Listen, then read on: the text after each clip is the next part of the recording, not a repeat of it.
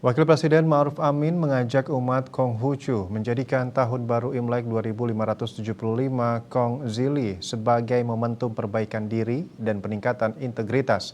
Wapres mengatakan Tahun Baru Imlek bagi umat Konghucu merupakan momen refleksi dan perayaan syukur yang amat penting dan diwarnai semangat memperbaharui diri.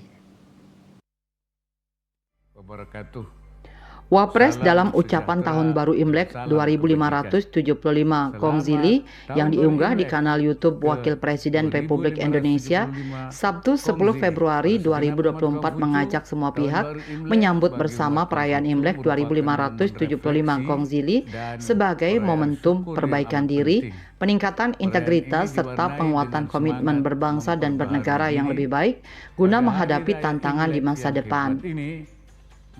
Wapres mengatakan Tahun Baru Imlek bagi umat Konghucu merupakan momen refleksi dan perayaan syukur yang amat penting dan diwarnai semangat memperbaharui diri.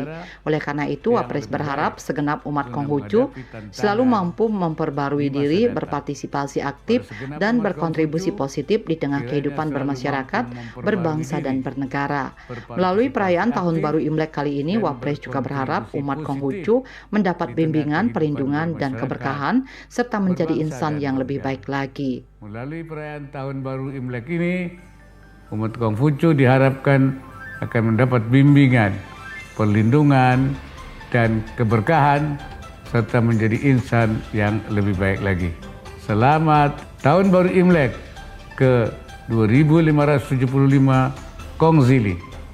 Semoga Tuhan Yang Maha Esa memberikan inayahnya dan meridai setiap ikhtiar yang kita lakukan.